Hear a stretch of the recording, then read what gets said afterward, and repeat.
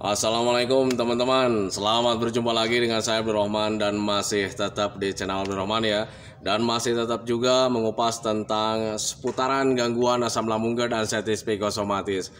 Nah, di sesi kali ini saya akan share video tentang orang-orang yang terkena gangguan asam lambung dan sensitif psikosomatis mudah marah gitu teman-teman ya, mudah uring-uringan. Nah itu teman-teman ya.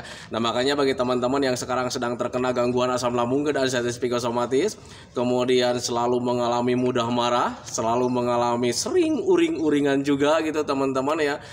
Kalau seandainya kalian penasaran, tolong tonton videonya sampai habis biar kalian nanti mengerti, biar kalian nanti paham, dan ketika mengerti dan paham kalian bisa menanganinya dengan mudah. Nah itu teman-teman ya, makanya tonton videonya sampai habis, jangan di skip. Nah kemudian seperti biasa bagi teman-teman yang baru bergabung, kalau seandainya kalian mau bertanya tentang seputaran gangguan asam lambung dan sensitif psikosomatis, alangkah baiknya kalian tonton dulu video-video saya sebelumnya, karena untuk seputaran gangguan asam lambung dan sensitif psikosomatis semuanya sudah saya share ya. Dari mulai cerita saya yang terkena gangguan asam lambung dan sensitif psikosomatis, kemudian merasakan 1001 macam sensasi yang sangat tidak nyaman, itu sudah di-share teman-teman. Dan kemudian bagaimana cara menangani setiap sensasi yang hadir, itu juga sudah di-share. Nah makanya biar lebih jelas, biar lebih detail, alangkah baiknya kalian tonton dulu video-video saya sebelumnya. Nah itu teman-teman ya.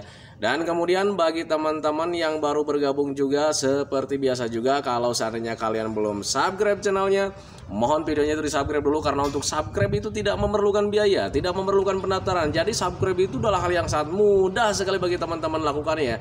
Jadi teman-teman itu cukup memijit saja tulisan subscribe, biar kenapa? Jujur ya, biar videonya itu cepat berkembang dengan baik. Dan kalau seandainya videonya itu berkembang dengan baik, sudah barang tentu itu akan menambah semangat tersendiri buat saya untuk terus nge-share tentang seputaran gangguan asam lambung dan sensitif psikosomatis ini terhadap kalian.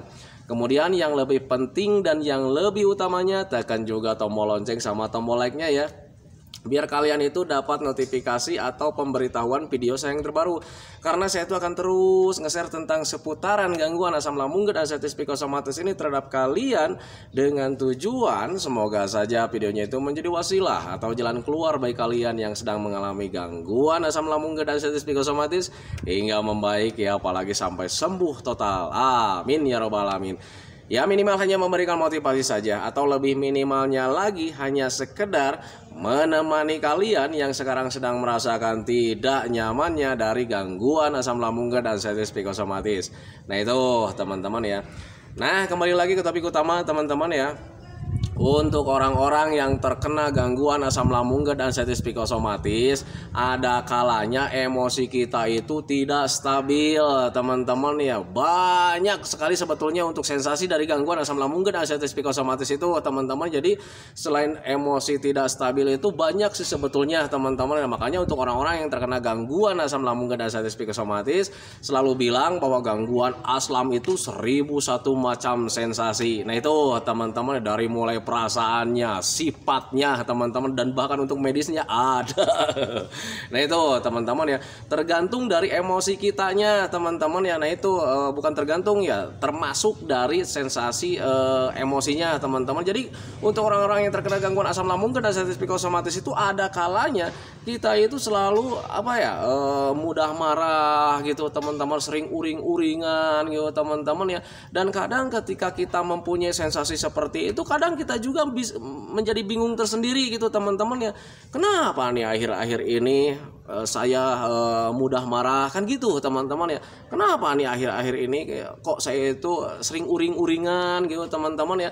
Nah itu, nah makanya untuk orang-orang yang terkena gangguan asam lambung dan sensitif psikosomatis, ketika mengalami hal seperti itu, biar kalian tidak bingung teman-teman ya, kenali saja dulu keadaan kalian teman-teman, karena semuanya berawal dari keadaan kalian sendiri gitu teman-teman ya. Dulu mungkin sebelum terkena gangguan asam lambung dan sensitif psikosomatis, kita itu orangnya ceria gitu teman-teman ya, mudah tersenyum gitu teman-teman. Nah tetapi saat terkena gangguan asam lambung dan sensitif psikosomatis, kadang kita itu ada kalanya ya sering marah-marah, uring-uringan seperti itu gitu teman-teman. Dan ketika kalian ingin menangani hal seperti itu dan kemudian ingin mencari tahu jawabannya kenapa sekarang bisa menjadi seperti itu, alangkah baiknya kalian itu mengenali dulu keadaan kalian saat ini. Nah itu teman-teman, itu yang saya alami dulu gitu teman-teman saat terkena gangguan asam lambung dan sensitif psikosomatis. Nah itu teman-teman ya. Dan sepengalaman saya saat terkena gangguan asam lambung dan gastritis psikosomatis ketika sering marah-marah itu teman-teman, penyebabnya itu ada beberapa hal sih sebetulnya teman-teman ya yang saya rasakan, tetapi perlu kalian ketahui teman-teman, setiap orang itu berbeda gitu teman-teman. Tetapi di channel ini, di video ini, karena ini memang punya saya jadi ceritakannya itu ya sesuai pengalaman saya teman-teman ya. Dulu saya itu saat sering marah-marah itu ya karena memang selalu merasa capek dengan keadaan ini gitu teman-teman ya. Ya enggak merasa capek gimana teman-teman ya. Setiap hari kita itu selalu merasakan yang namanya penderitaan itu, setiap hari selalu kita rasakan teman-teman ya. Jadi mau pagi-pagi, mau siang, mau sore, mau besoknya, mau kemarin-kemarin itu ya udah sering itu teman-teman ya. Sudah sering merasakan capek dari gangguan asam lambung dan gastritis psikosomatis. Jadi perasaan kita itu sudah mulai lelah sih sebetulnya teman-teman ya saat terkena gangguan asam lambung dan gastritis psikosomatis. Nah itu teman-teman, jadi ketika kita merasa lelah, sering capek juga dengan keadaan ini gitu teman-teman ya, kita itu merindukan ketenangan tersendiri teman-teman. Jadi ketika saat terkena gangguan asam lambung dan gastritis psikosomatis itu kita itu butuh ketenangan teman-teman ya, butuh ketenangan, butuh kenyamanan teman-teman ya, karena ketika kita rame di rumah gitu teman-teman ya itu nggak nyaman juga dan akhirnya membuat emosi kita itu menjadi tambah tidak stabil teman-teman. Akhirnya emosinya meluap gitu teman-teman ya, karena merasa orang yang ada di lingkungan kita itu ya seperti tidak mengerti dengan keadaan kita gitu teman-teman ya. Itu pengalaman saya waktu dulu gitu teman-teman. Tetapi pengalaman ini ya mungkin berbeda dengan pengalaman Anda teman-teman. Tetapi kalau misalnya kalian yang sepengalaman dengan saya berarti sama teman-teman, kalian gak usah khawatir, nanti juga bisa membaik lagi dengan sendirinya. Nah itu teman-teman, jadi untuk orang-orang yang terkena gangguan asam lambung dan gastritis psikosomatis, emosi tidak stabil itu ya sering meluap-luap gitu ya teman-teman ya. Itu karena kita yang pertama itu karena merasa capek sih sebetulnya ya, merasa capek dengan keadaan ini gitu teman-teman. Jadi ketika merasa capek itu ya pengennya itu ada ketenangan gitu teman-teman ya. Dan kemudian kita itu selalu merasa orang yang ada di lingkungan kita itu ya kurang memahami, kurang mengerti dengan keadaan kita sendiri gitu teman-teman ya. Sehingga ketika kita tidak dimengertiin sama teman-teman atau sama keluarga di rumah gitu teman-teman ya, kita itu kadang suka suka keluar emosinya gitu teman-teman, dan akhirnya mudah marah-marah, mudah uring-uringan juga gitu teman-teman ya. Itu pengalaman saya gitu teman-teman. Jadi ketika apapun ya kita itu mudah tersinggung teman-teman ya, karena ya lelah, capek ya, pikiran kita itu lelah, capek. Jadi ya butuh ketenangan sih sebetulnya, butuh dimengertiin juga. Nah itu teman-teman ya. Nah kemudian untuk orang-orang yang terkena gangguan asam lambung dan gastritis psikosomatis, ketika mempunyai hal seperti itu apakah bagus juga? Ya semua orang juga tahu teman-teman ya, ketika kita mempunyai sifat seperti itu yang nggak bagus juga, nggak bagus buat kesehatan, nggak bagus buat hubungan kita dengan keluarga gitu teman-teman ya. Nah makanya itu harus dihindari teman-teman. Dengan cara seperti apa? Karena untuk menghindari itu sangat sulit sekali ya. Ketika kita emosinya tinggi, kita udah nyabar-nyabar ya, sabar gitu teman-teman, tetapi ya karena emosinya semakin tinggi akhirnya kita marah juga gitu teman-teman ya. Nah sekarang bagaimana cara menangani hal seperti itu biar kita itu menjadi tenang gitu teman-teman ya, kita tidak mudah marah, emosinya tetap stabil gitu teman-teman. Sebetulnya kuncinya sederhana teman-teman, kalau seandainya kalian bisa memahami, sebetulnya kuncinya sangat sederhana. Dengan cara seperti apa? Belajar masa bodoh saja sih sebetulnya teman-teman. Itu pengalaman saya dulu gitu teman-teman ya. Saya belajar masa bodoh dengan keadaan di lingkungan teman-teman ya. Jadi ketika kita lagi tidak nyaman nih, lagi tidak nyaman gitu teman-teman, kemudian pengennya itu tenang ya, di rumah berisik juga gitu teman-teman ya.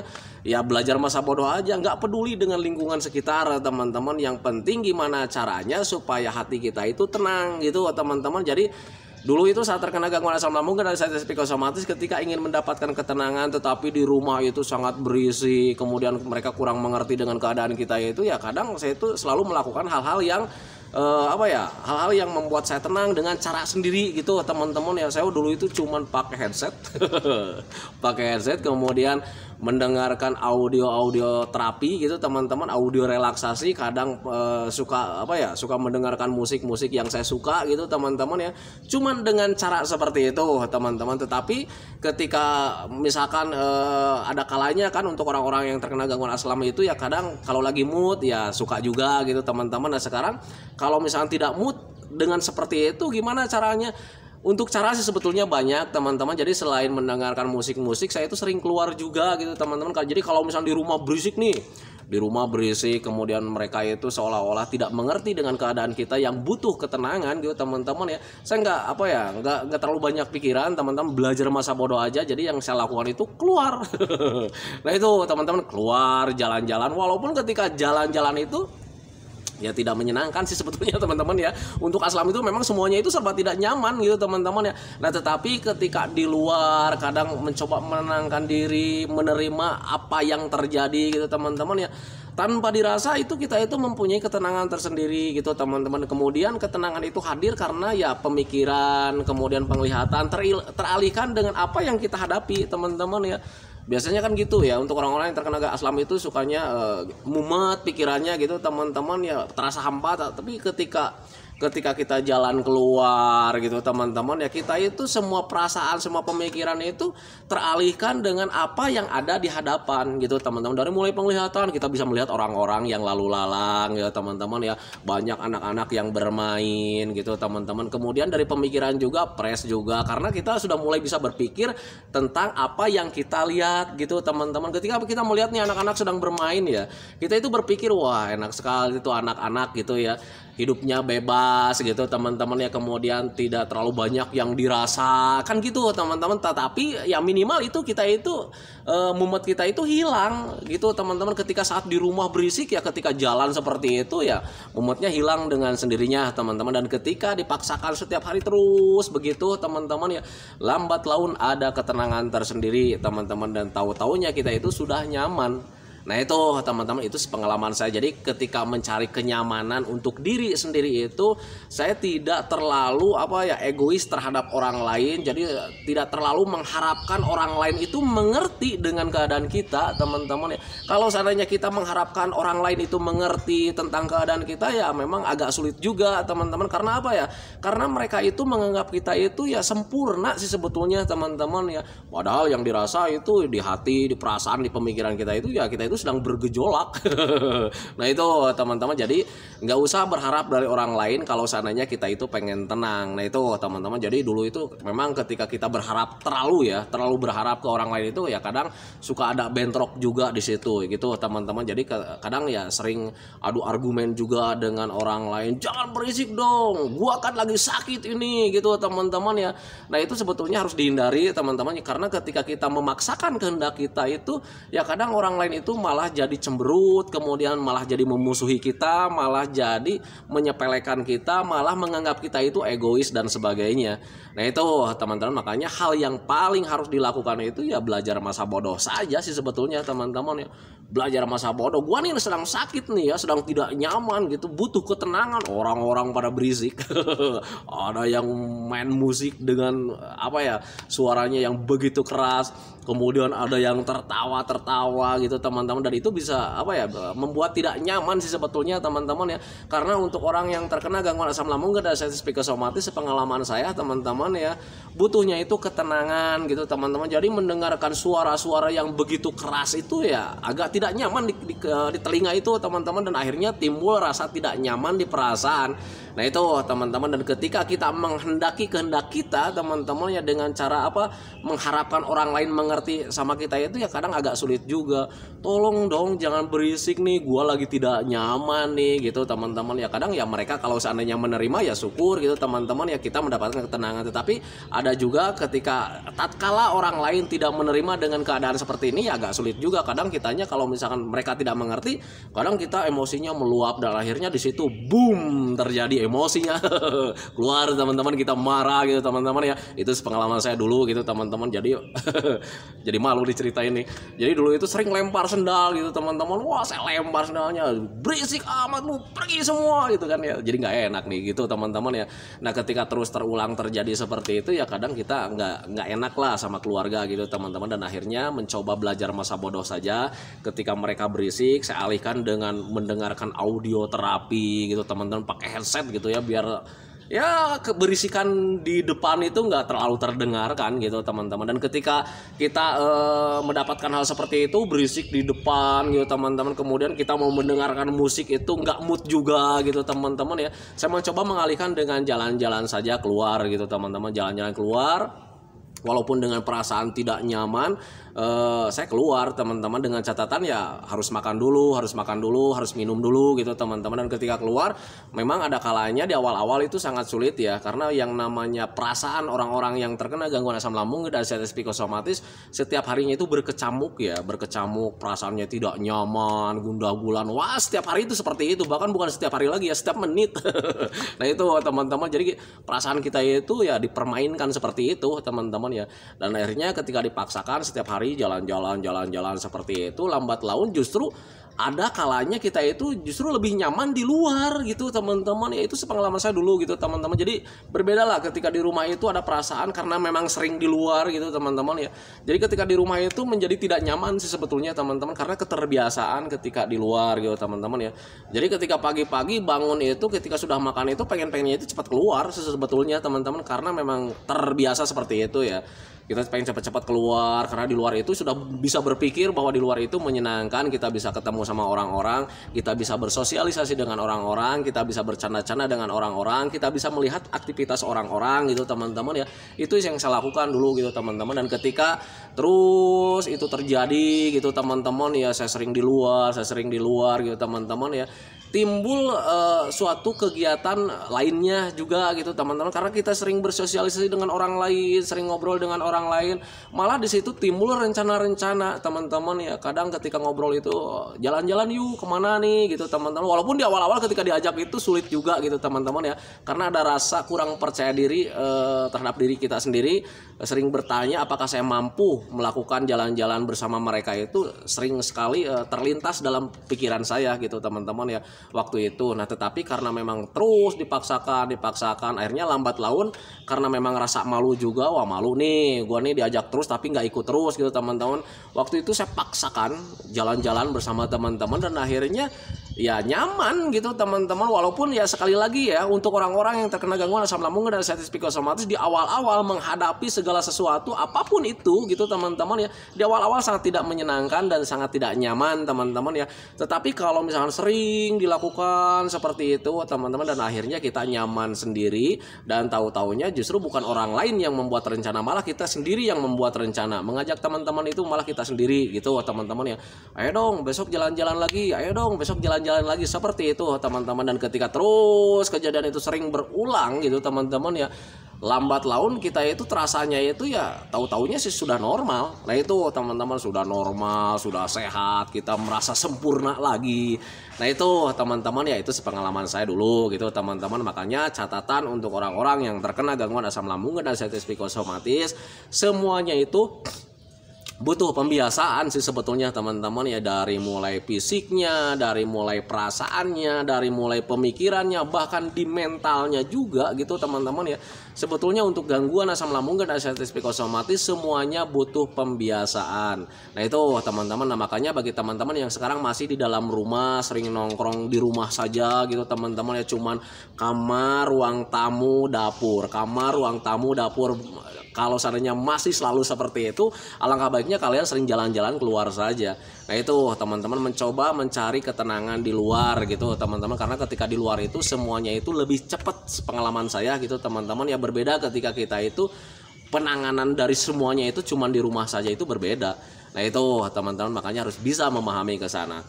Nah itu teman-teman ya, video dari saya tentang seputaran orang-orang yang terkena gangguan asam lambung dan diabetes psikosomatis, kenapa mudah marah, Kenapa mudah uring-uringan?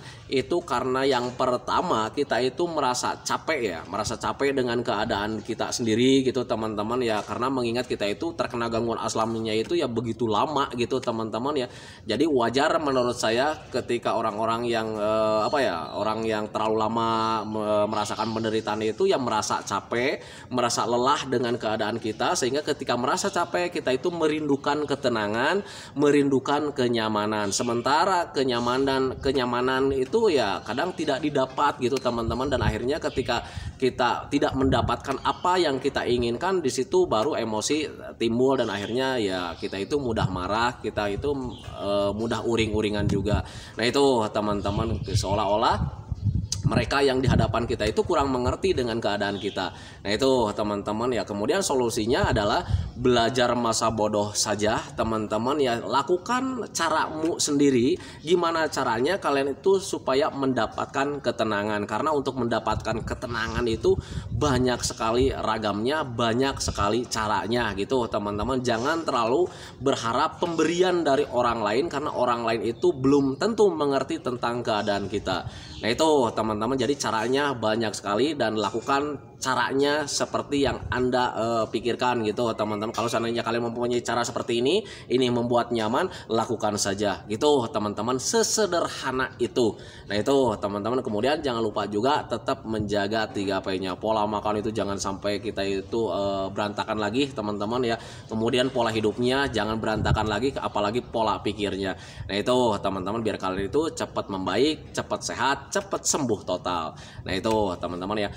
Nah itu teman-teman ya videonya, semoga saja videonya itu menjadi wasilah buat kalian, semoga saja videonya itu menjadi pencerahan buat kalian ya, minimal hanya sekedar menemani kalian lah yang sekarang sedang merasakan tidak nyamannya dari gangguan asam lambung dan status psikosomatis. Kemudian seperti biasa sebelum saya akhiri videonya, saya selalu mendoakan sama teman-teman itu, semoga saja teman-teman itu cepat sehat lagi, cepat sembuh lagi, cepat kembali lagi keadaan kalian yang dulu, baik semangatnya, moodnya, tertawanya, pokoknya kehidupan kalian yang berwarna yang dulu itu semoga saja cepat kembali lagi, karena memang saya yakin 100% bahwa keadaan kalian yang dulu itu sangat dirindukan sekali. Nah itu teman-teman, kemudian doakan saya juga teman-teman ya, agar saya itu tetap sehat, tetap kuat, tetap ceria, agar masih bisa tetap menemani kalian. Nah itu teman-teman ya, santikan videonya teman-teman ya. Assalamualaikum warahmatullahi wabarakatuh.